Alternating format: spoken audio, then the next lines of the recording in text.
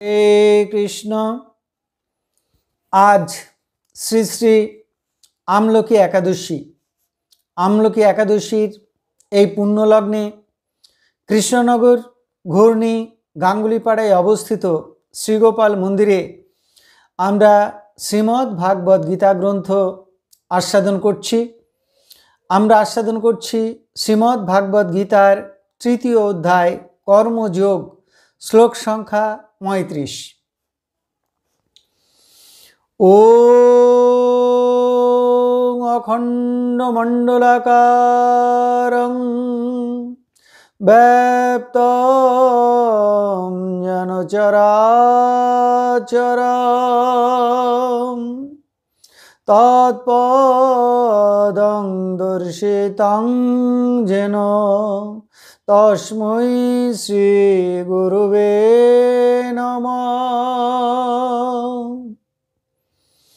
ওম নমো ব্রহ্মণ্যদেবায় গো ব্রাহ্মণহিতায় চ জগদ্ধিতায় কৃষ্ণায় গোবিন্দায় নমো নমঃ। ওম নারায়ণং নমস্কৃত্যং নরং চৈব নরোত্তমং দেবীং সরস্বতীং ব্যাসং ততো জয়মুদীরয়েৎ। মূকং করোতি বাচালং পঙ্গুং লঙ্ঘয়তি গিরিম যৎকৃপাতমহং বন্দে পরমানন্দমাধবম। ওম সর্বমঙ্গলমঙ্গলে শিবে সর্বার্থসাধিকে শরণ্যে ত্র্যম্বকে গৌরী নারায়ণী নমস্তুতে। হরি ওম তৎসৎ। কৃষ্ণনগর ঘূর্ণি গাঙ্গুলিপাড়ায় অবস্থিত শ্রীগোপাল মন্দিরে আজ আমরা শ্রীমদ্ ভাগবত গীতা গ্রন্থ আস্বাদন করছি। আমরা আস্বাদন করছি শ্রীমদ্ ভাগবত গীতার তৃতীয় অধ্যায় কর্মযোগ, শ্লোক সংখ্যা ৩৫। শ্রেয়ান স্বধর্ম বিগুণঃ পরধর্মাৎ সনুষ্ঠিতাৎ স্বধর্মী নিধনং শ্রেয়ঃ পরধর্ম ভয়াবহ। এখন আমরা এই শ্লোকটির অন্তর্গত শব্দগুলির অর্থ জেনে নেব। স্ব অনুষ্ঠিতাৎ উত্তম রূপে অনুষ্ঠিত, পরধর্মাৎ অপরের ধর্ম থেকে, বিগুণঃ দোষযুক্ত, স্বধর্ম নিজের ধর্ম, শ্রেয়ান শ্রেষ্ঠ, স্বধর্মে নিধনং শ্রেয় স্বধর্মে মৃত্যু শ্রেষ্ঠ বা কল্যাণকর, পরধর্ম ভয়াবহ অপরের ধর্ম ভয়ঙ্কর বা অনিষ্টকর। তাহলে এই শ্লোকটির বঙ্গানুবাদ কি দাঁড়ালো? স্বধর্ম দোষযুক্ত হলেও তা উত্তম রূপে অনুষ্ঠিত পরধর্ম অপেক্ষা শ্রেষ্ঠ, স্বধর্মে নিধন মঙ্গলজনক, পরধর্ম ভয়ঙ্কর বা বিপজ্জনক। এখন আমরা এই শ্লোকটির অন্তর্নিহিত ভাব আস্বাদন করব। ভগবান শ্রীকৃষ্ণ অর্জুনকে বললেন যে, হে অর্জুন, স্বধর্ম দোষযুক্ত হলেও তা উত্তম রূপে অনুষ্ঠিত পরধর্ম অপেক্ষা শ্রেষ্ঠ। শ্রেয়ান স্বধর্ম বিগুণঃ পরধর্মাৎ স্ব অনুষ্ঠিতাৎ। এখন কথা হলো, এই স্বধর্ম বলতে আমরা কি বুঝব? প্রাচীন শাস্ত্রকারগণ বলেন যে ব্রাহ্মণ, ক্ষত্রিয়, বৈশ্য, শূদ্র চারটি বর্ণ, ব্রহ্মচর্য, গার্হস্থ, বানপ্রস্থ, সন্ন্যাস চারটি আশ্রম। এখন যার যে বর্ণে জন্ম হয়েছে, যে যে আশ্রমে আছেন, সেই বর্ণের বা সেই আশ্রমের নির্দিষ্ট যে কর্ম, সেটি হলো তার স্বধর্ম। যাগযজ্ঞ, পূজা পাঠ, অধ্যয়ন অধ্যাপনা এগুলি হলো ব্রাহ্মণের কাজ। সম, দম, তপস্যা, ঈশ্বর বিশ্বাস, সরলতা, জ্ঞান, বিজ্ঞান, শৌচ, সত্যপরায়ণতা এইগুলি হলো ব্রাহ্মণের গুণ। ক্ষত্রিয়ের কাজ হলো দেশ রক্ষা, দেশ শাসন করা, শৌর্য, বীর্য, তেজস্বিতা, সহিষ্ণুতা, দান এগুলি হলো ক্ষত্রিয়ের গুণ। বৈশ্যের কাজ হলো কৃষিকার্য, ব্যবসা, পশুপালন ইত্যাদি। শূদ্রের কাজ হলো এই 3 বর্ণের কাজে সহায়তা করা। এখন প্রশ্ন, এই 4টি বর্ণ সৃষ্টি হলো কিভাবে? ভগবান শ্রীকৃষ্ণ গীতার 4র্থ অধ্যায়ে বলেছেন যে এই 4টি বর্ণ আমি মানুষের গুণ এবং কর্ম অনুসারে সৃষ্টি করেছি, জন্ম অনুসারে নয়। চাতুর্বর্ণং ময়া সৃষ্টং গুণকর্ম বিভাগশ তস্য কর্তারমপি মাং বিদ্ধ কর্তারম বয়ম। গুণ এবং কর্ম অনুসারে আমি 4টি বর্ণ সৃষ্টি করেছি। এই সৃষ্টির কর্তা আমি হলেও আমাকে অব্যয় পরমেশ্বর এবং অকর্তা বলেই জানবে। তাই প্রাচীন শাস্ত্রে দেখা যায় যে একই পরিবারের পিতা ব্রাহ্মণ, পুত্র বৈদ্য এবং কন্যা শূদ্র বর্ণের, কিন্তু বর্তমানে এই বর্ণ বিভাগ গুণ এবং কর্ম অনুসারে হয় না। বর্তমান সমাজে জন্ম অনুসারে মানুষ ব্রাহ্মণ, ক্ষত্রিয়, বৈশ্য বা শূদ্র বর্ণভুক্ত হয়। ফলে প্রত্যেক বর্ণের মধ্যেই ব্রাহ্মণ, ক্ষত্রিয়, বৈশ্য এবং শূদ্র গুণ সম্পন্ন কিছু মানুষ আছেন। তাই বর্তমান সমাজ হলো মিশ্র সমাজ। ছদ্মবেশী ধর্মরাজকে যুধিষ্ঠির মহারাজ ঠিক এই কথাই বলেছিলেন যে কোনো মানুষ যদি শূদ্রকুলে জন্মগ্রহণ করে কিন্তু ব্রাহ্মণ গুণ সম্পন্ন হয়, তাহলে তাকে ব্রাহ্মণ বলেই গণ্য করতে হবে। আর কোনো মানুষ যদি ব্রাহ্মণ কুলে জন্মগ্রহণ করেন অথচ শূদ্রের গুণ সম্পন্ন হয়, তাহলে তাকে শূদ্র বলেই গণ্য করতে হবে। কাজেই ভগবান শ্রীকৃষ্ণের প্রকৃত অভিপ্রায় হলো মানুষের গুণ এবং কর্ম অনুসারে বর্ণ বিভাগ করা।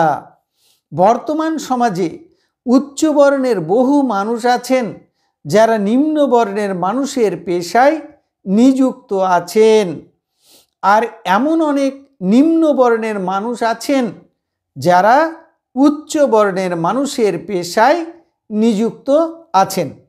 শাস্ত্রে বলা হয়েছে ব্রাহ্মণ কখনো স্ববৃত্তি বা কুকুর বৃত্তি বা চাকুরি গ্রহণ করবেন না। কিন্তু বর্তমান সমাজে কি সেটি সম্ভব? সম্ভব নয়। তাই স্বধর্ম বলতে আমরা বুঝব যে মানুষ যে কর্মের যোগ্য সেটি হলো তার স্বধর্ম বা সহজ ধর্ম বা স্বভাবজ কর্ম। একই পিতামাতার সন্তানদের মধ্যে দেখা যাচ্ছে কেউ ডাক্তার, কেউ শিক্ষক, কেউ কৃষক, কেউ ব্যবসায়ী, কেউ শ্রমিক। একই পিতামাতার সন্তান কেউ বা সাধু হচ্ছেন, কেউ বা হচ্ছেন চোর। তাহলে সিদ্ধান্তটি কি হতে হবে?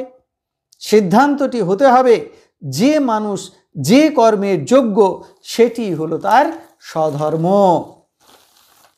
গুণ এবং কর্মবিভাগ অনুসারে সমাজে যারা অধ্যয়ন অধ্যাপনা পূজা পাঠ নিয়ে আছেন তারা ব্রাহ্মণ, যারা দেশ শাসন এবং দেশ রক্ষার কাজে যুক্ত আছেন তারা ক্ষত্রিয়, যারা ব্যবসা বাণিজ্য, কৃষিকাজ, পশুপালন ইত্যাদি কাজে যুক্ত আছেন তারা বৈশ্য, তিন বর্ণের কাজে যারা সাহায্য করছেন তারা শূদ্র বলে গণ্য হওয়া উচিত। তা তিনি যে বর্ণেই জন্মগ্রহণ করুন না কেন, ভগবান বললেন যে যে যে কাজের যোগ্য সেই কাজটি যদি যথার্থভাবে করেন, নিঃস্বার্থভাবে করেন, কর্তব্যবোধে করেন, কর্তৃত্ব অভিমান শূন্য হয়ে করেন, তাহলে সেই ব্যক্তির যথার্থ মঙ্গল, সমাজেরও মঙ্গল। যে ব্যক্তি যে কাজের যোগ্য নয় সেই কাজটি তার নিকটে পরধর্ম। যে ব্যক্তি যে কাজের যোগ্য নয় সে কাজটি যতই ভালো হোক, যতই সহজ হোক বা কঠিন হোক, সম্মানের হোক না কেন, সেই কাজ করতে গেলে সেই ব্যক্তির মঙ্গল হয় না, সমাজেরও মঙ্গল হয় না, তার পরিণাম হয় ভয়াবহ। যে ব্যক্তি শারীরিক দিক থেকে সুঠাম নয়, বন্দুক চালাতে দক্ষ নয়, তার হাতে বন্দুক তুলে দিলে দেশের নিরাপত্তা সুরক্ষিত থাকে না। একজন অশিক্ষিত বা অল্প শিক্ষিত লোকের উপরে ছেলে মেয়ের শিক্ষার ভার দিলে তার পরিণাম ভয়াবহ। একজন কৃষককে চিকিৎসার ভার দেওয়া যায় না, একজন ডাক্তারই সেই কাজটি করতে পারেন। একজন অসাধুর উপরে যদি সাধুতা শেখানোর দায়িত্ব দেওয়া যায় তাহলে তার পরিণাম হয় ভয়ঙ্কর। তাই প্রতিটি মানুষকে স্বধর্ম আচরণ করতে হবে, অর্থাৎ যে যে কাজের যোগ্য তাকে সেই কাজটি করতে হবে। সেই কাজটি যদি কিঞ্চিত ত্রুটিযুক্ত হয় তাহলেও সেটি ভালো। ভগবান অর্জুনকে বলতে চাইছেন যে, হে অর্জুন, তুমি ক্ষত্রিয় গুণ সম্পন্ন, যুদ্ধবিদ্যায় দেশ শাসনে পারদর্শী, অতএব তুমি এই ধর্মযুদ্ধে অংশগ্রহণ করো। যুদ্ধে প্রাণহানি হয় এটি দোষ, কিন্তু ক্ষত্রিয়ের পক্ষে শান্তি শৃঙ্খলা রক্ষার জন্য বা দেশ রক্ষার প্রয়োজনে এই প্রাণহানি দোষের নয়, বরং এই দায়িত্ব অস্বীকার করে যদি তুমি ভিক্ষাবৃত্তি গ্রহণ করো তাহলে সেটি হবে নিন্দনীয় কাজ। তাহলে এতক্ষণ আমরা শ্রীমদ্ ভাগবত গীতার তৃতীয় অধ্যায় অর্থাৎ কর্মযোগের 35 সংখ্যক শ্লোকটি আস্বাদন করলাম। আমি শ্লোকটি আরও একবার পড়ছি, তাহলে অর্থগুলো আমাদের নিকটে পরিস্ফুট হবে। শ্রেয়ান স্বধর্ম বিগুণঃ পরধর্মাৎ স অনুষ্ঠিতাৎ, স্বধর্মে নিধনং শ্রেয়ঃ পরধর্ম ভয়াবহ। স্বধর্ম দোষযুক্ত হলেও তা উত্তম রূপে অনুষ্ঠিত পরধর্ম অপেক্ষা শ্রেষ্ঠ। স্বধর্মে নিধনও মঙ্গলজনক, পরধর্ম ভয়ঙ্কর বা বিপজ্জনক। এখন আমরা শ্রীমদ্ ভাগবত গীতার মাহাত্ম্য পাঠ করব। শ্রী ভগবান উবাচ গীতা নামানি বক্ষ্যামি গুহ্যানি শৃণু পাণ্ডব কীর্তনাৎ সর্ব পাপানি বিলয়ং যান্তি তৎক্ষণাৎ।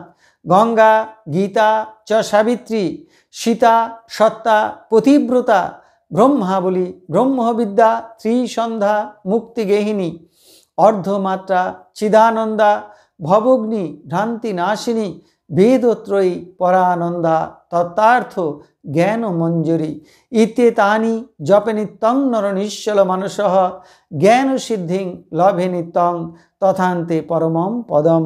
হরি ওম তৎসৎ। এখন আমরা ভগবান শ্রীকৃষ্ণের চরণে প্রার্থনা জানাব। হে কৃষ্ণ কৃপা সিন্ধু, এই নাও তুমি আমার দেহ, এই নাও তুমি আমার মন, এই নাও তুমি আমার প্রাণ, এই নাও তুমি আমার আত্মা, এই নাও তুমি আমার জীবন যৌবন যথা সর্বস্ব। হে কৃষ্ণ কৃপা সিন্ধু, এই দেহ মন প্রাণ আত্মার মধ্য দিয়ে তোমার ইচ্ছাই তুমি পূর্ণ করো।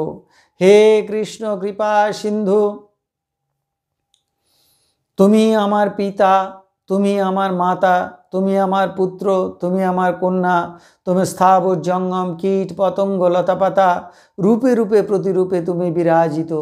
তুমি ব্যতীত এই ত্রিভুবনে আর কিছু নেই। হে কৃষ্ণ কৃপা সিন্ধু, তোমার আতুল চরণে শুদ্ধা ভক্তি দাও, ব্রহ্ম জ্ঞান দাও, তোমার আতুল চরণ স্থান দাও। হে কৃষ্ণ কৃপা সিন্ধু, তুমি সকলের কল্যাণ করো, মঙ্গল করো। হরি ওম তৎসৎ।